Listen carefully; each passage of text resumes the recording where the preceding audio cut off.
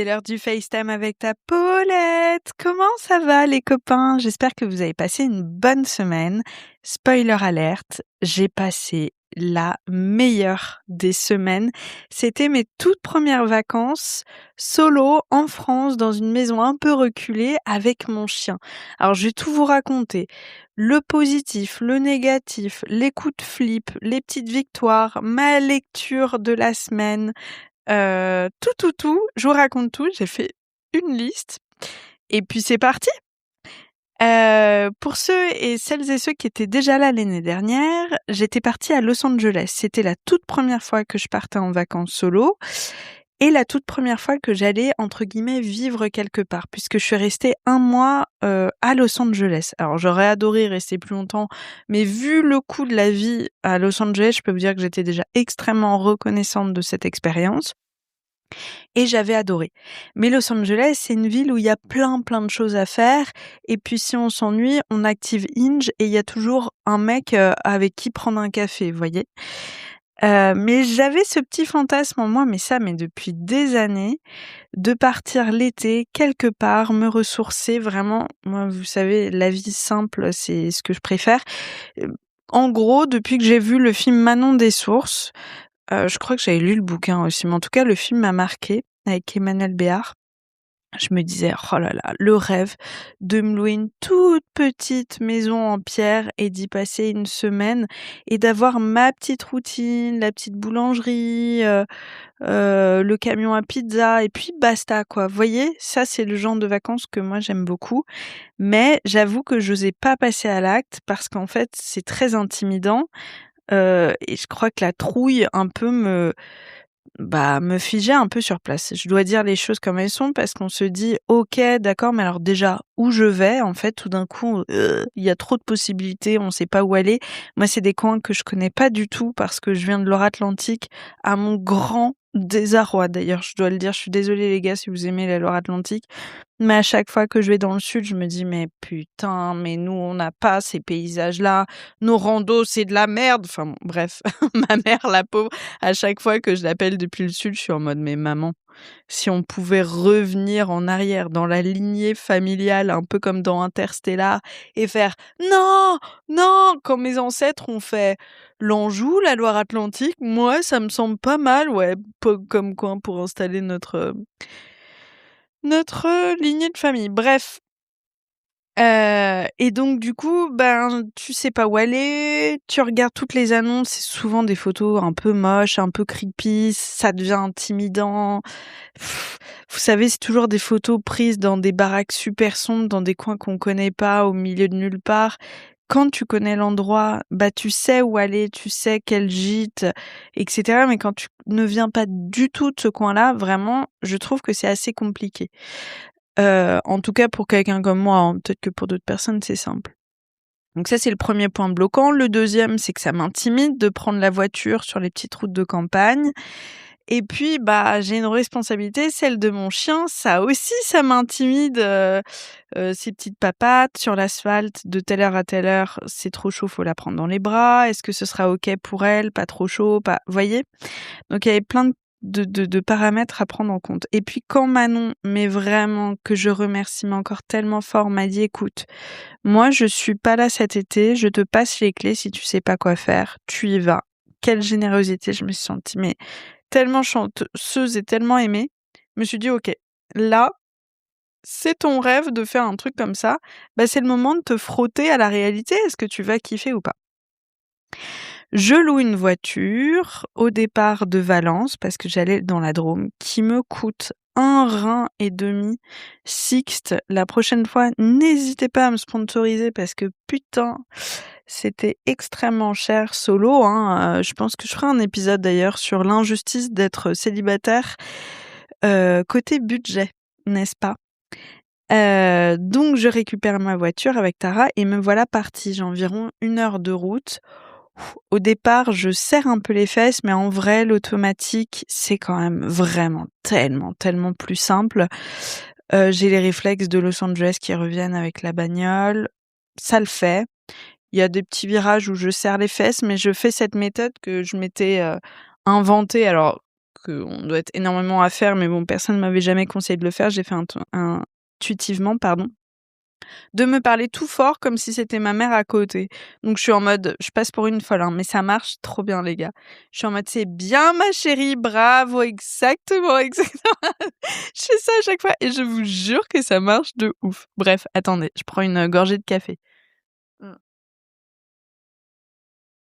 Donc, j'arrive facilement à trouver et puis je dépose mes petites affaires et puis bah là, l'aventure commence.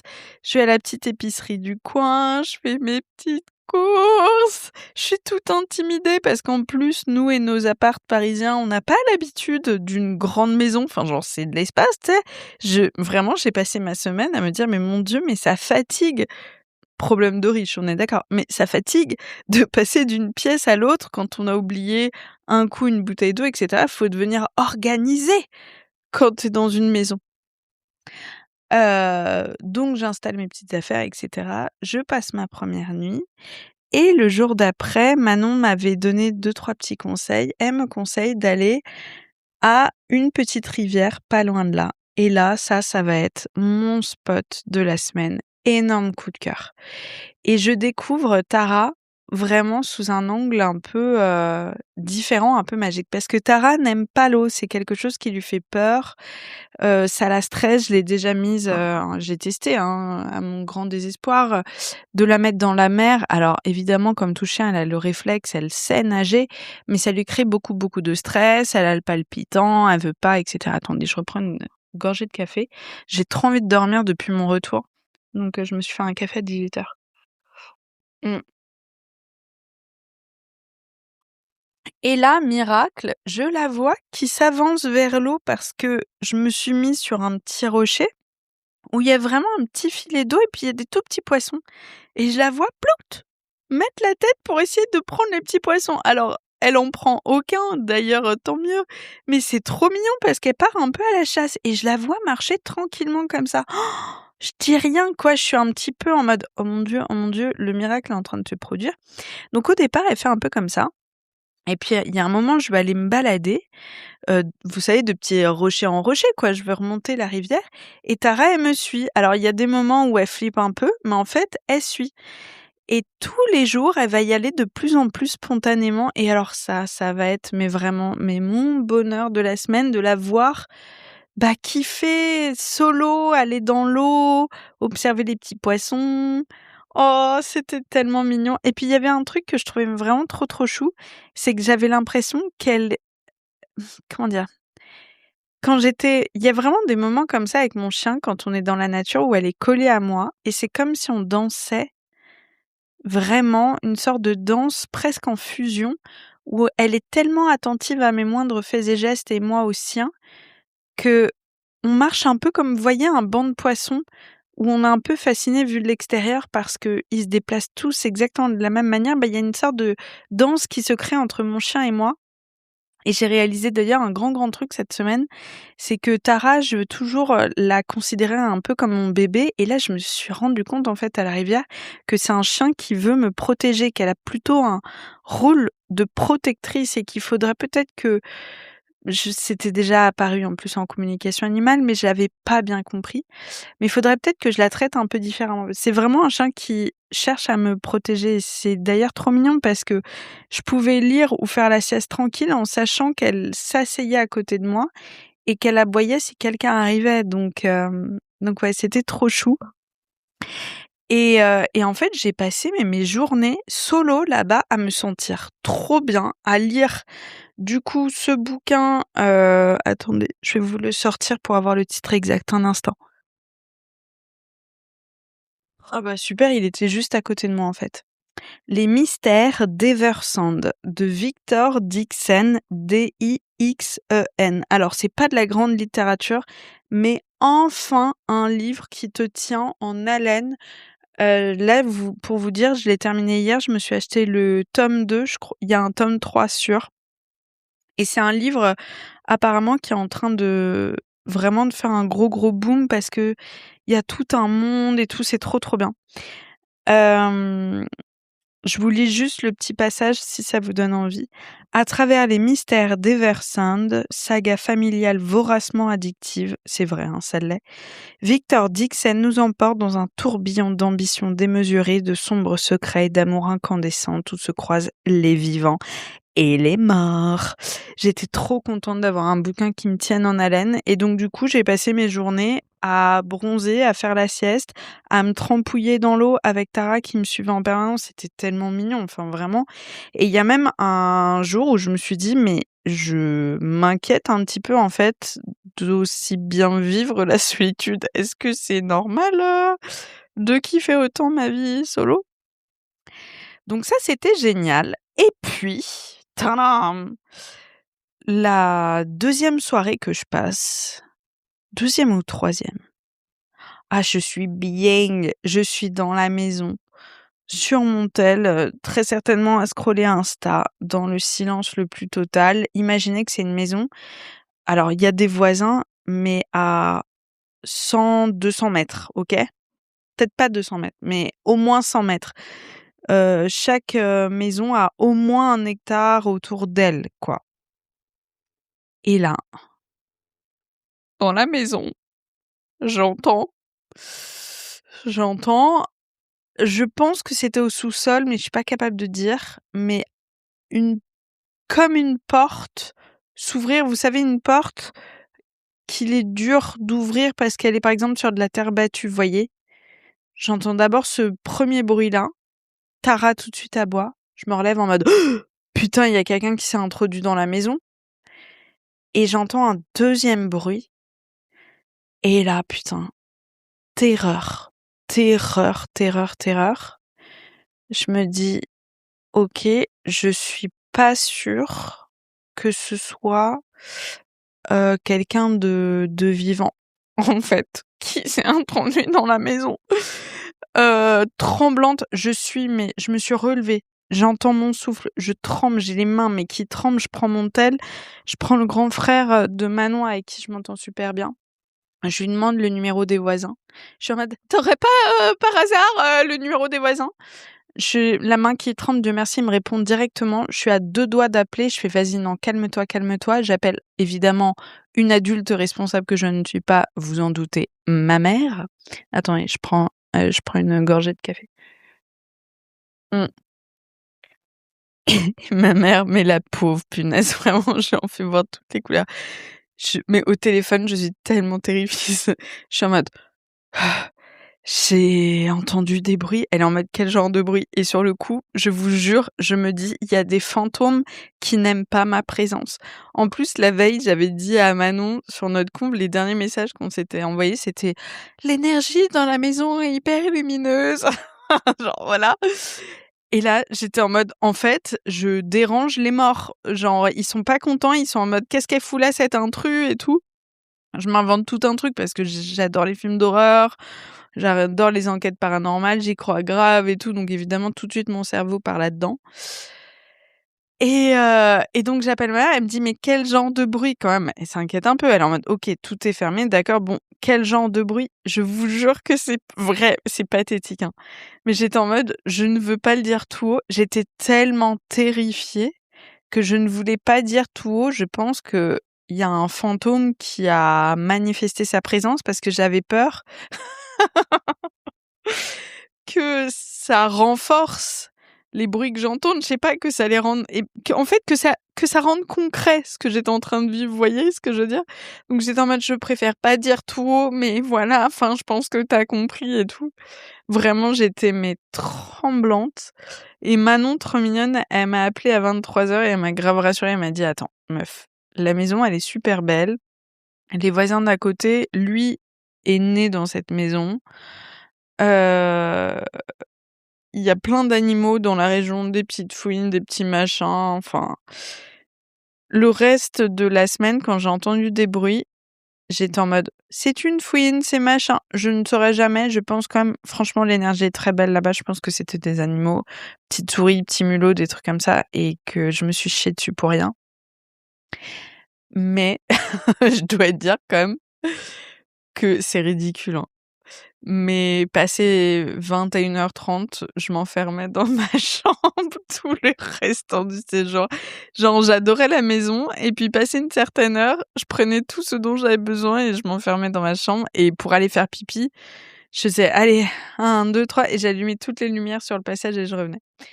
Donc voilà, donc l'expérience de la maison solo, géniale en soi parce que moi mais c'est même terrifiant, ça ne m'a posé mais aucun souci, mais aucun d'être solo. Il y a pas eu un moment où je me suis dit: «Ah putain, là, j'aurais bien partagé un repas», pas du tout. Mais par contre, heu, c'est trop cardio pour moi encore la maison, non, non, je crois que j'ai peut-être brûlé des petites étapes là, je dois dire que donc ça, c'était un petit «down» entre guillemets. Je suis allée donc je vous raconte la suite. Je suis allée à Sous, S-A-O-U, Sous, un petit village, mais alors, oh là là, digne d'un franchement, on dirait un décor de film tellement c'est beau. Et alors pareil, je vais vous partager des petits downs parce que je trouve que c'est intéressant dans cette expérience, du voyage en solo en pleine campagne. Hem, Déjà la route pour y aller, magnifique. Et là, je commençais petit à petit à prendre confiance en moi au volant et ça a été, bah, comme à Los Angeles, honnêtement, tous les trucs, tous les petits checks qu'on fait, putain, mais ça aide tellement à prendre confiance en soi. On est en mode: «Ah ouais, mais je suis une boss lady, en fait».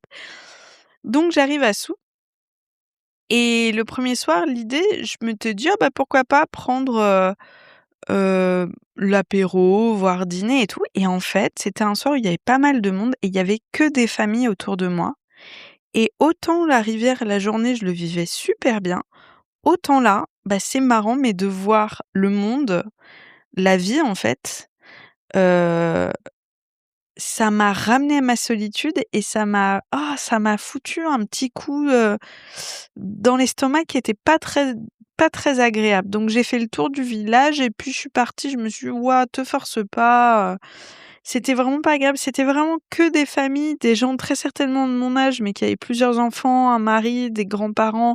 Vous savez, les familles, où il y a toutes les générations. Et là, je me suis sentie tout d'un coup profondément seule alors que je le ressentais pas du tout en étant objectivement beaucoup plus seule dans la maison ou alors, à la rivière. Donc je me suis pas forcée et j'ai reçu des conseils, de votre part sur Instagram qui étaient super intéressants en disant qu'en vrai, c'est normal de ressentir ça et que c'est un entraînement. C'est vraiment comme un muscle et plus on le fait, plus ça désensibilise. Et la réalité, c'est que le lendemain, je suis revenue pour faire une rando et que j'ai pris un verre, autour de 18h30-19h dans un café blindé où j'étais, bah, solo à ma table. Mais alors là, ça m'a pas du tout dérangée. C'est marrant quand même. Donc bon, il y a peut-être une étape qui a été franchie ou alors peut-être que c'était trop d'un coup de passer de rien du tout à, un jour où je crois que c'était la fête des pompiers ou je sais pas quoi, il y avait une fête et donc il y avait vraiment beaucoup de monde, beaucoup de familles et ça, c'était un peu trop pour moi. Mais ce jour-là, j'avais décidé de faire une rando à Sous. Je suis allée à l'office du tourisme pour leur demander conseil en mode: «C'est quoi la rando de vous que vous me conseillez?» et tout parce qu'en plus je voulais, être sûre que ce soit OK avec les feux et cetera. Il y a pas de feu dans la région, mais je voulais être sûre que ce soit sécuritaire, pour moi, ouvert et cetera. Je suis tombée sur une dame très gentille qui m'a fait une super reco. Vraiment la rando, elle était absolument magnifique. Il y a juste un petit souci, pendant les 2 heures de la rando, j'étais totalement seule. Je n'ai croisé personne sauf un homme. Alors le pauvre, rien à signaler, hein.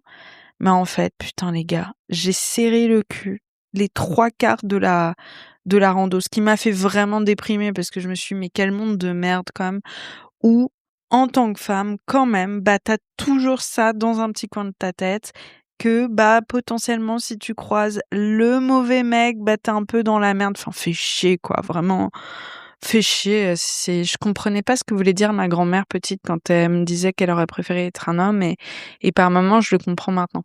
Je reprends du café, attendez. Mmh. Parce qu'au départ, je marchais sur la route, donc je me préoccupais pas du tout, du tout, du tout de ça. Je regardais, beau paysage et tout. Puis tout d'un coup, c'est devenu un petit sentier super serré, avec de la végétation très dense des 2 côtés. Quand je vous dis serré, c'est qu'il y avait 1 mètre de largeur, quoi. Pendant, tout le reste de la balade, en fait, enfin non, il y a eu un tunnel comme ça, c'est là où j'ai commencé à avoir des pensées en mode: «Oh putain, je me sens pas en sécurité». Vraiment au milieu de nulle part. «Oh putain, je le sens pas» et après le reste de la balade, c'était un sentier mais de rando classique. Mais du coup, là, je me chiais dessus et en fait, j'ai passé 3/4 de la rando. Alors, j'ai pété les scores, hein, très rapide en montée, j'ai couru en descente. Tara, elle a détesté. Autant tous les jours d'avant, elle faisait des pieds et des mains pour monter dans la voiture, autant je peux vous dire que le lendemain de la rando, elle voulait plus partir, hein. Parce qu'il faisait trop chaud, en fait. Il y a plein de moments où à chaque fois, moi, je mets ma paume au sol pour vérifier que c'est pas trop chaud pour elle. Et il y avait plein de moments où c'était encore trop chaud, même à 17h30. Hem, donc ouais, ouais. Elle a pas trop kiffé non plus. Heureusement, j'avais quand même mon chien et mine de rien, même si elle fait 6,5 kg, je peux vous dire qu'avec ses petites dents, elle te déchiquette, une main. Je sais que Tara, elle irait vraiment au front pour moi. Même si c'est un coton et tout mimi, non, non, pas du tout. Vraiment, donc ça, je me disais: «OK, bon, ça, quand même, c'est rassurant parce que mine de rien, elle t'attaque au talon d'Achille ou truc comme ça, le gars, ça peut vraiment le mettre à terre». Mais quand même, c'était vraiment, terrifiant, quoi. Donc j'ai pas du tout kiffé et c'est là où je suis revenue au village et pour le coup, je me suis sentie très bien à prendre ce verre donc je me suis dit: «Il y a quand même une petite victoire», heu, voilà, quoi. Et là où j'allais à la rivière, il y avait un sorte de camion qui faisait des burgers et cetera et alors pour le coup, je suis allée déjeuner là-bas, j'avais aucun souci, je me sentais pas seule du tout donc je sais pas si c'est parce que là, il y avait tout d'un coup cette fête, cet aspect fête où je me sentais en dehors, j'arrive pas trop à comprendre mais en tout cas, je pense qu'effectivement, quand vous m'avez dit que c'est une question d'entraînement, je le crois tout à fait. Voilà et le dernier jour donc sinon les jours se sont passés franchement, je faisais la sieste, je lisais, enfin vraiment moi vous savez en plus j'ai mes petites habitudes quand j'ai trouvé un truc sympa, ça me va très bien. Les choses simples, le petit je me prenais, ma petite frite, burger frites au camion là le soir, la journée mon petit sandwich, mes petites courses, oh là là, il m'en faut pas plus moi. C'est vraiment super heureuse. En plus, un bouquin qui était cool, enfin trop bien quoi. Mais quand même, l'avant-dernier jour, je me dis: «Ah là, je suis pas du tout triste comme à Sous, les premiers jours où je me suis sentie à part, mais là quand même, ça me ferait plaisir de faire un truc avec des potes. Là, j'ai hâte quand même de refaire un truc avec des potes». Et je reçois un message de mon pote Lucas Langlois, que j'embrasse, en disant: «Mais attends, tu blagues, tu dans la Drôme?» Figurez-vous qu'il était à 1 heure de là où j'étais et Lucas, en plus d'être un super pote, c'est quand même un ancien champion du monde de wakeboard et je le vois à chaque fois dans ses stories, je suis en mode: «Waouh, c'est trop stylé et tout», mais je pensais pas du tout que c'était à ma portée parce que j'ai un peu la trouille quand je fais du ski. Je sais skier, et j'ai cette chance-là d'ailleurs, mais en vrai, j'ai toujours la boule au ventre. Je le fais parce que c'est social, mais je préfère la rando au ski. J'ai peur, des vagues, donc je n'ai jamais fait de surf. Le skate, j'adore, mais quand je monte sur un skate, je me pète la gueule tout de suite. C'est vraiment ça me fait méga peur. Enfin, autant vous dire que le wakeboard, c'était pas gagné, quoi. Mais il me dit: «Mais viens, viens avec mes potes, on se fait une session demain». Je pouvais pas refuser, quoi. Déjà parce que ça me faisait trop plaisir de voir Lucas, que j'avais pas vu depuis, expérience qu'on vous racontera un jour, lui et moi et Clémence que j'embrasse. Hem, C'était des vacances de l'enfer pour tout vous dire. On vous racontera ça plus tard. Mais ça faisait quasiment 2 ans qu'on s'était pas revus, en vrai parce qu'on s'envoie des messages tout le temps. Donc ça, c'était déjà trop sympa. En plus, le bateau avec ses potes, je me suis dit: «Oh trop sympa, trop bon délire» et surtout, la chance de faire son baptême de wakeboard avec un champion du monde, s'il vous plaît. Enfin, ça ne se refuse pas. Mais par contre, je peux vous dire que je me chiais dessus. Donc je pars avec ma petite voiture, 1 heure de route, tout, avec dans la tête, ça va être trop sympa, bête de matinée. Mais par contre, ouh là là là là, j'ai la trouille. On monte sur le bateau, machin, et Lucas fait: «Bon bah Pauline, c'est à toi». Je fais: «Quoi?» Mais moi j'avais jamais: «Quoi? À moi? Non mais attendez, on va pas commencer par moi. Je n'ai jamais fait ça de ma vie». Heureusement, sa nana, d'ailleurs trop cool, se porte volontaire, elle gère grave. Je la vois faire, j'essaye d'observer ses gestes, je me dis: «Putain, c'est sympa et tout», et tout d'un coup, elle veut faire une figure et elle se pète la gueule, les gars, d'une violence parce que, bah, vous savez quand on tombe sur l'eau et qu'on fait un plat, mais avec cette vitesse-là, c'est vénère, quoi. Là, le bateau s'arrête. Waouh, tout le monde est silencieux, on va la voir. Dieu merci, elle ne se fait pas mal. Je veux dire, elle est sonnée, mais elle n'a pas de douleur, mais elle arrête là. Et donc moi, je passe après ça. Alors moi qui étais en mode trop bonne vibe, ah j'ai trop hâte, là j'étais en mode oh non j'ai plus du tout hâte et tout. Je me retournais vers les mecs, j'étais en mode j'y vais mais j'ai peur, hein, mais j'y vais mais j'ai vachement peur. Je me mets dessus. Lucas m'explique parce qu'il a donné cours et vraiment c'est un bon pédagogue. J'ai eu de la chance aussi parce que les mecs ils étaient très doux, très calmes, pas du tout vous savez les cacous qui pour faire rigoler vont aller trop vite alors que la meuf fait stop, stop, vous voyez ce que je veux dire, ce genre de gars? Parce qu'en fait, en vrai, c'est des mecs qui pensent à la sécurité, qui sont enfin voilà, des vrais quoi, pas des bolosses. Hem, je me mets donc on me met à la planche et tout parce que dites-vous que, de façon adorable, la copine de Lucas devait me prêter sa planche, mais le choc était tellement fort qu'elle a cassé. Non mais v imaginez le délire quand même. Par quoi est-ce que je passe? Enfin genre je vois ça et tout de suite après c'est à moi. Oh! Oh là là là là là. Donc l'un des mecs me passe sa planche. Heureusement, on serre un peu plus fort et en fait ça va pour ma taille, pour ma pointure et je m'élance avec les conseils.